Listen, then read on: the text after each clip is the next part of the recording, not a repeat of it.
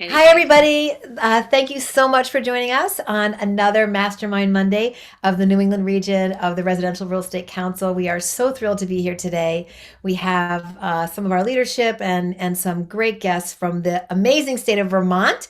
We are so looking forward to hearing about what's going on, the market. I'm sure it's completely different, tons of inventory. Everyone's just like laying around on a raft, wondering what to do next. But we're dying to hear what's going on. We've got some exciting things coming up in the future as well. Thanks again for tuning in. And again, it's broadcast live on Facebook right now, but it will also be available on our YouTube channel. Thanks to our amazing Chief Technology Officer, Christine McClellan. Also on today's call, we have Marie Presti, who is our region treasurer, Kate Lanigan McGregor, and Christine, who are our communications folks, and Nora Lynch, who is our education chair. And now I'm going to turn it over to our amazing membership chair, Karina Robles, to introduce our two guests today. Hi, everybody. I'm so honored to be here with you guys. Nancy and Allison, thank you so much. All the way from Vermont. I Thank you for appreciate having us. it. I said, thank you for having us. Pleasure. So, Nancy Jenkins and Alison Barges, right, Yep. are a mother-daughter team. And there's another daughter as well. So they're following mom's footsteps. I had a great time speaking to Allison, who was giving me little nuggets on her mom, right? Which was amazing to hear that, Nancy has been in business for many years. And a fun fact that I learned about her was that she was one of the founding um, members for the CRS out in Vermont. Is that correct, Nancy? Yeah, a long time ago. And I was with the Howard Brinton back in the late 80s, early 90s. And you guys had a group called Old Star Power, was it? Old Star Power, yep. Wonderful. And then obviously a mom, and then you inspired your daughter Allison to move back to Vermont to join you, which is amazing.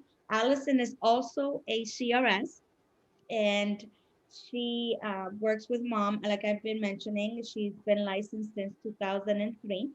And so one of the things that I wanted to know about you both is definitely, like Lisa said, is how is the market out there? I want to know. I'm going to have a couple of questions that I emailed you both, but in between here, I might switch it up a little bit because, we want to know a little bit about you guys. So I'll leave the floor. I don't know who wants to speak first, Nancy or Allison, but if, give us a little bit, a little information on you guys.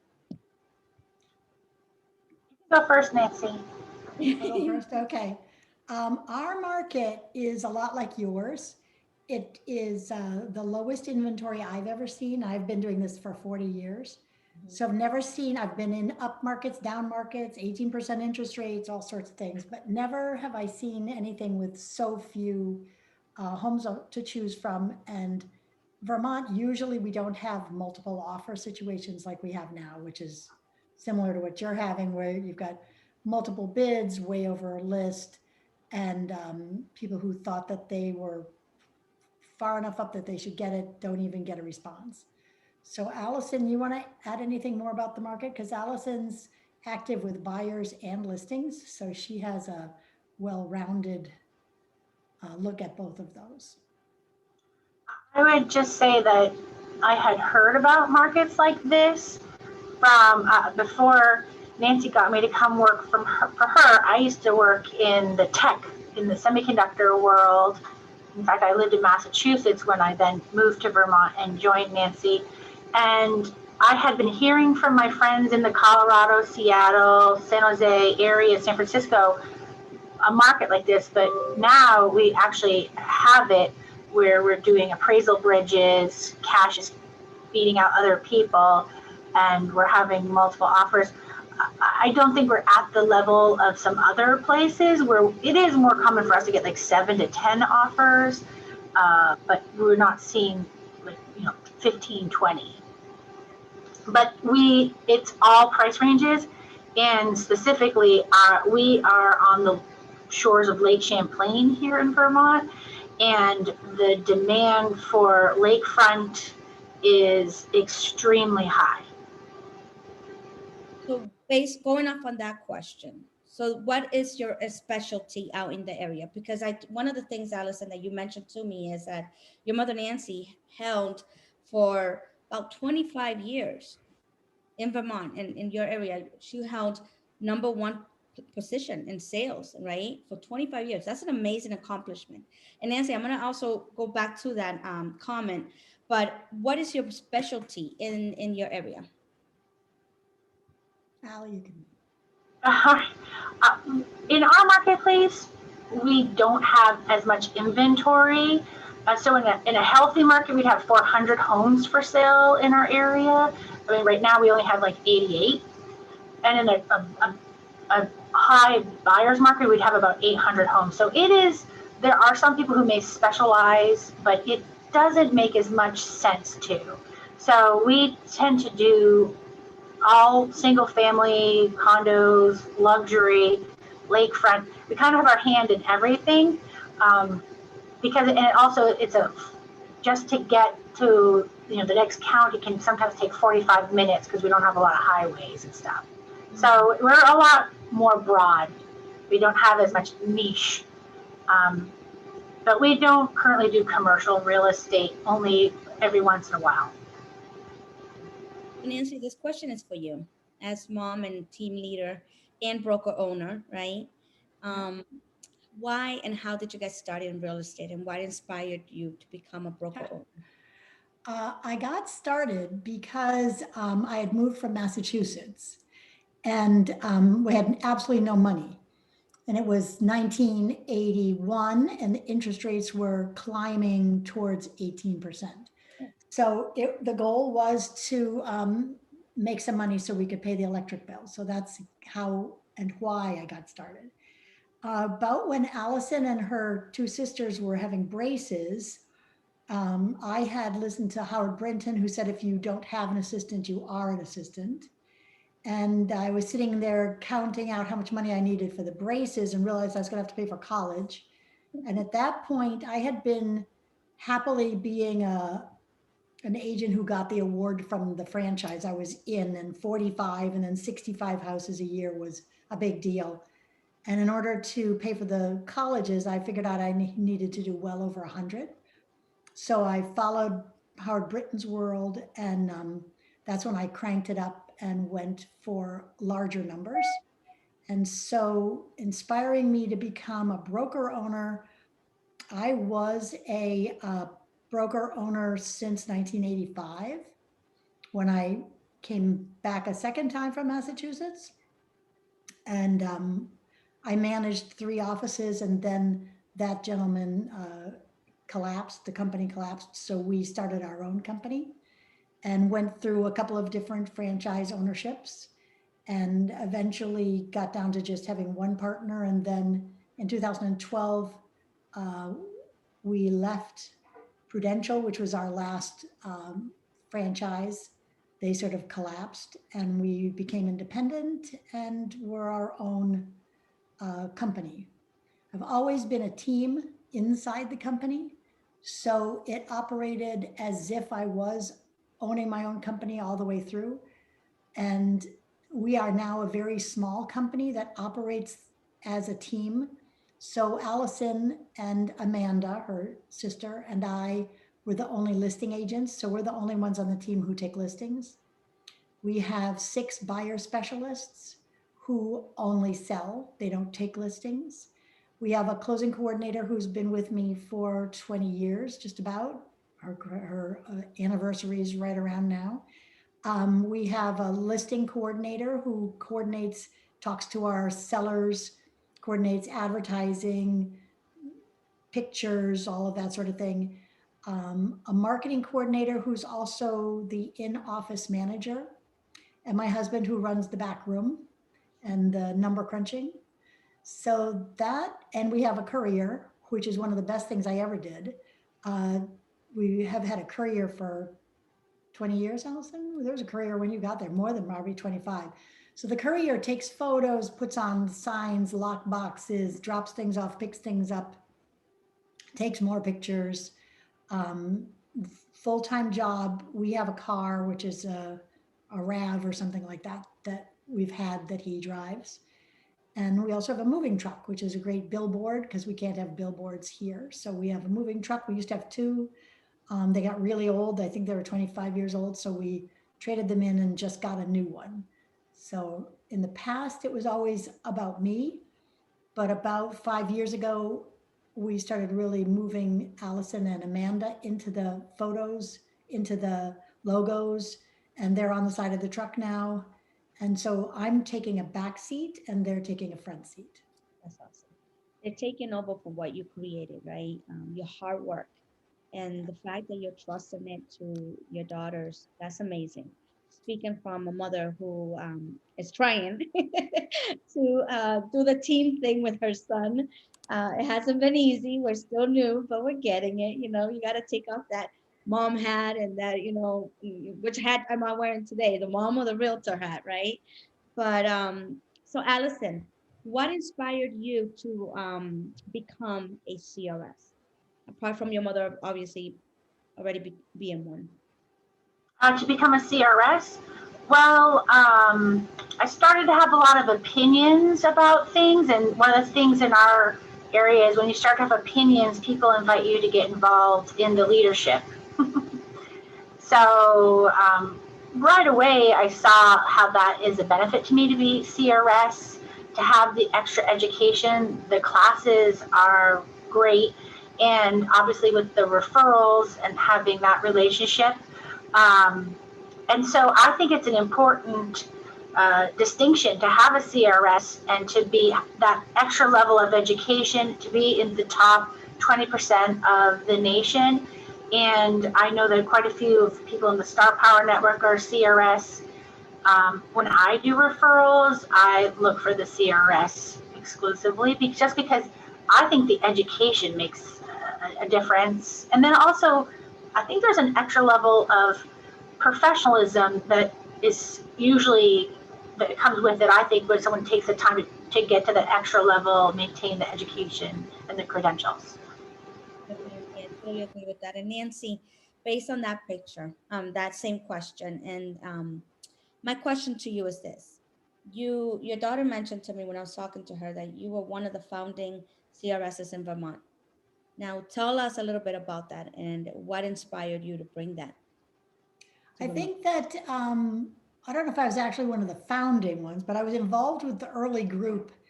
And it was back in the mid 80s. I think CRS was really getting going then. And we brought speakers actually to Vermont. And that's where I saw Howard Brinton for the first time. But we had quite a few speakers that were CRS speakers who came to Vermont back then. Now it's harder to get the realtor group to and sign on, get involved with bringing people in. But back then it was a smaller, tighter group. So we had people who came to Vermont to speak. We're a pretty active chapter. Now we don't have a chapter. I think we haven't had a chapter for 20 years, maybe. We're part of the New England chapter. Yeah, well, we used to have a Vermont chapter, but we don't have that anymore. Well, We've that's had a lot of restructuring at the Vermont Realtors Association in the last 6 years at the state level. But that's what this is about. This is about the New England region, and Vermont is part of that. And we are so just excited to, like definitely, put you guys out there in the map and just say this is who our CRSs are. Putting a face to the name, right? And get to know you guys. So the other question that I have is, what sets apart? What sets you apart in your profession doing this market? Well, for us, it's been our experience and our knowledge of the market, our ability to pivot. We have always been a huge focus on marketing, which is sometimes harder in Vermont, but that's where in a slow market or in a buyers or sellers market, we tend to sit apart is we've definitely always invested in our marketing. We have a Matterport 3D virtual tour for the homes. We were one of the first Burlington offices to have that. Nancy, do you want to add on to that? I think one of the biggest things that is making a difference this year and in this market, which has made a difference in a lot of different markets, is we are steady past client marketers. So we do a ton of past market work. So we have a newsletter that goes out 10 times, 10 months of the year. Around Christmas holidays, I send it out just before, just after Thanksgiving, and that's it. And then we only do one in the summer. We have, not this year because of COVID, done movie day. So we rent a movie theater and all of our past clients are invited to come to the movies and we're the only ones there. It's a morning event, popcorn at 9:30. We have usually 300, 350 people who show up. So I have a schedule that's been going on for many, many years. We send seeds out in the spring. There's so many different, every month there's at least one thing, possibly more, touching our past clients, staying in touch. And I think that's crucial because you can't pick that up and set that down. The newsletters are particularly good at getting listings. And people have, if you are on our, what I call 5, 5, and 10, if you take a listing and you canvas for your on the market and just sold, those folks go into our mailing list. So we have about 19,000 people in the mailing list. So once they're in there, they never come out unless they ask. And people who've never met me think they have bought their house through us because they keep hearing from us. So they get on, once you're on the newsletter list, you stay on it. Some of it's now by email and some of it is still snail mail. On the newsletter, there's a coupon. People love the coupon. So we have local vendors who give away, you know, I think the current one that's coming out that's going to be very popular this month is a discount on plants from a local gardening place. So people save their coupons. I've gone into list houses and the coupon's stuck on the refrigerator. And there's another section that we thank friends who sent us friends. And so we put their names on there. Some people like to see their names. And I usually write a big long front section about the market, how many homes are for sale, what's going on. And so it is well read and well received, and it really keeps us in front of people. So that's, if I was going to do anything, if I'm not doing regular steady marketing, I would start doing something like that and be consistent and don't ever stop. Wonderful. That's definitely great advice. You know, and that goes along with the question that I was going to ask, which was like, how do you stay in touch with your past and be, you know, repeated clients? And that's an amazing way to do it, because I can imagine that your clients look forward to it, right? And probably the during COVID, they're probably missing out on all your in-person events. So that's great. I do have here a question. Somebody asked, Nancy, can you send us an example of the newsletter? So I don't know if you guys are able to share something like that with us. That would be great, so we can just get an idea, right? Yeah, if you have a PDF of that, Nancy or Allison, and you're willing to share it, just as an example, we could put it on the Facebook group, which is just CRS. We have a Facebook page, which is open to the universe. And then we have a Facebook group that's just, you know, you have to have answered questions and be a CRS, be an RRC member in the group. So if you'd be willing to share that, that would be great, you know, for sure. Yeah, I had some additional questions kind of along that line, if I may, Karina. Do you have any more down this road you want to go? Yeah, so I was just, I mean, I love the fact that you're talking about going that sort of that back to basics, that, you know, it's all about connecting, continuing to connect with your sphere. We always hear that, but I don't know about you. Many of us have a lot of shiny object syndrome. And so we're always looking for some like great new thing to do, when everyone much smarter than us is always saying, go back to the basics, pick up your phone. That's not just something to scroll Facebook. It's actually a thing to make a human connection with. And also in terms of the touch campaigns, where do you guys get your ideas for those monthly touch campaigns? You were talking about seeds and different things. Like, do you do Buffini? Like, where, or do you guys just have a lot of internal brilliance? Where do you get those ideas month after month, year after year for your touch campaigns? I can answer that. Most of them have been, our touch campaign has not changed other than to add a few things periodically, but the basic setup started in about the mid 90s. Wow. So it's a Howard Brinton. I used to teach for Howard Brinton, and we all shared our ideas. So I do a scholarship. We're on our 25th year annual scholarship. So we give out $1,000 to 2 different students. So we advertise through the newsletter, through different media about the scholarship, remind the students, remind the parents. So I can have our staff send you a bunch of those things. The scholarship is great because I used to go to the school often and award the scholarship.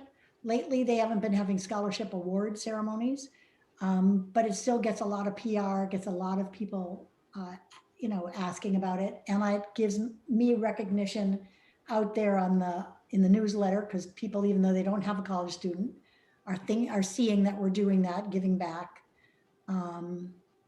We've done some other things that I didn't stick with, grocery carts, pictures on the side of a bus. Allison, what other things didn't we? We've had things that we did that were Yeah, there's no billboards allowed in Vermont. There's sign size restrictions, and in some marketplaces you can't even have a real estate sign. We've been trying to do more with social media, but in our marketplace, Twitter is not as huge as it is in other marketplaces. So we've been doing a lot more with our Facebook. And we've been having some fun with some throwbacks, just because we've been in business for so long.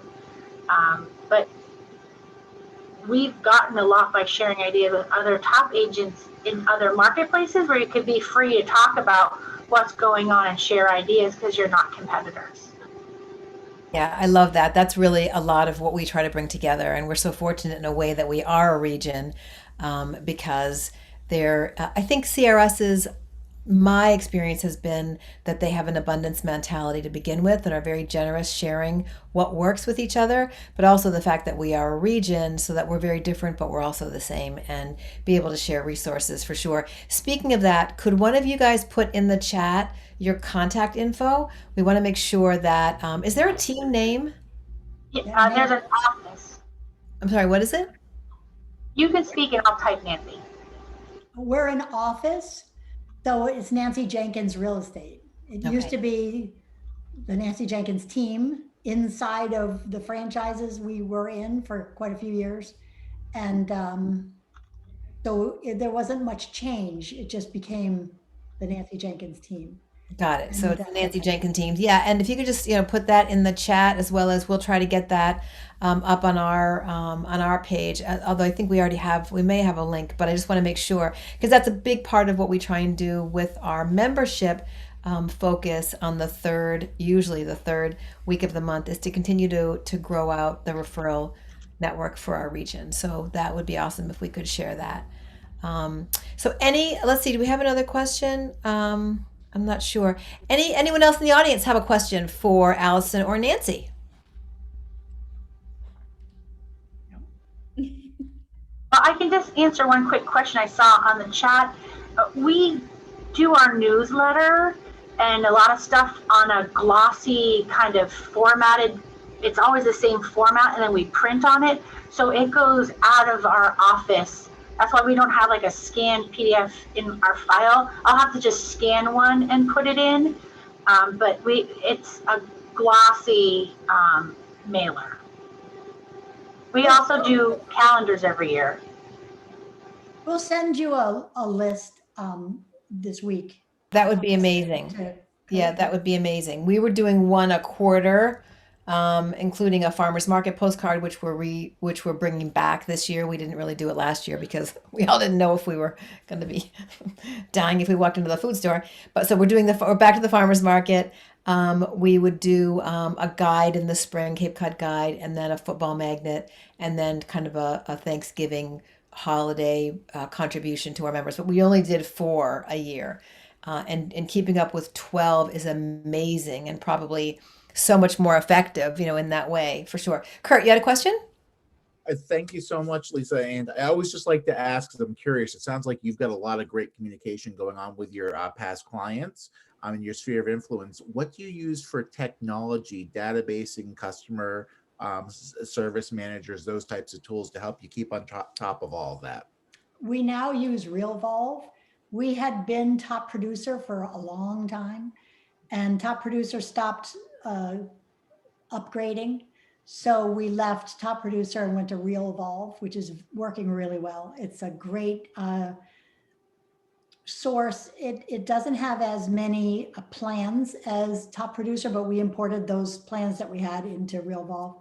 But for the buyers agents and people staying in touch with their clients and customers, it's great. And it has An app. It has an app that you can use on your phone too, which has been great. Excellent. Thank you. I've heard that's a very good tool. Yeah, really, it is supposed to be an amazing tool.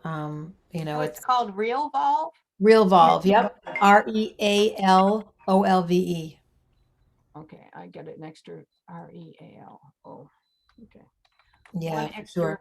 You guys are just knocking it out of the park. I mean, between your moving van and you're up, you're kind of a little far beyond many of us with your CRM and your touch campaigns for sure.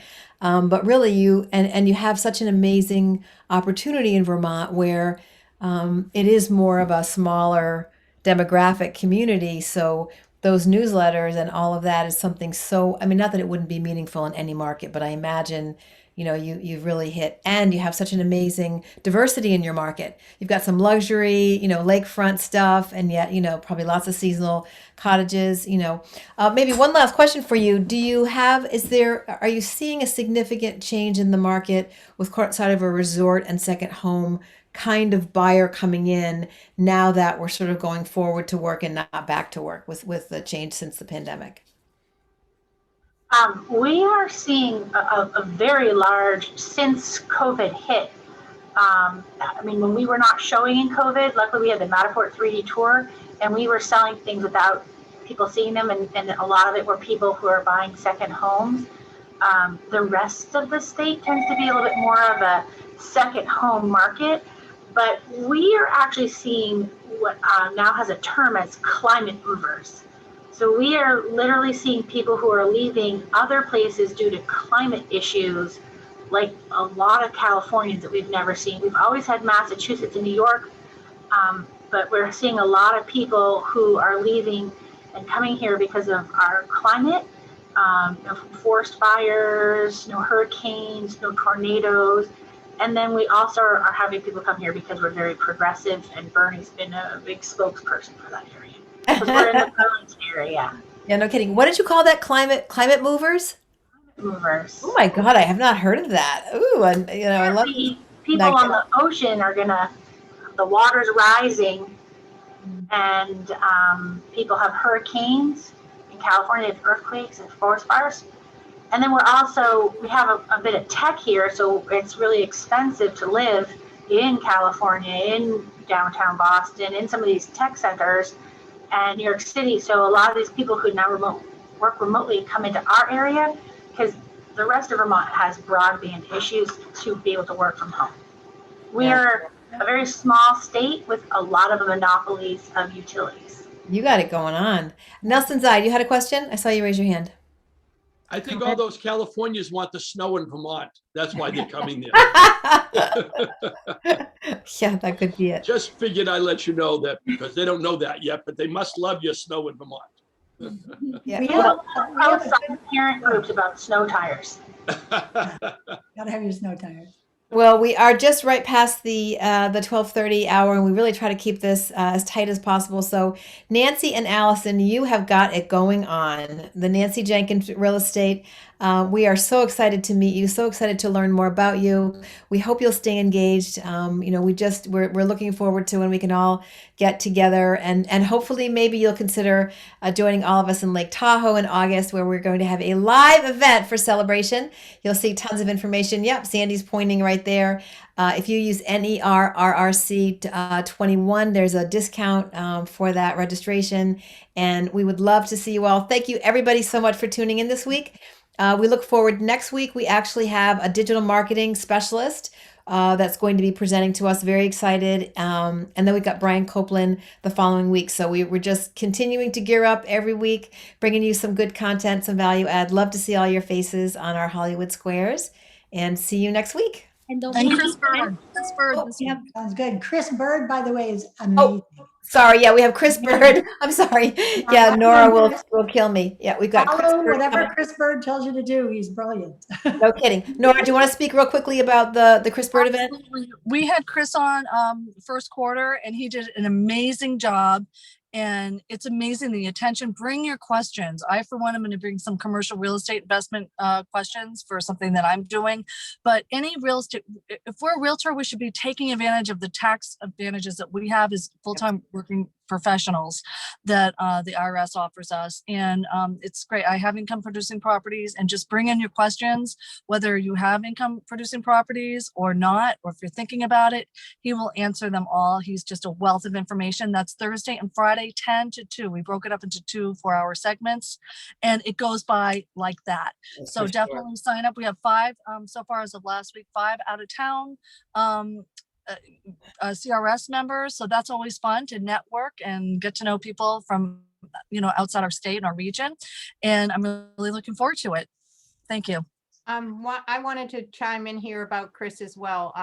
I think that I probably heard him, it's got to be 10 years ago. But I have, the last time he spoke live, I brought 8 of our agents. A number of them have bought investment properties.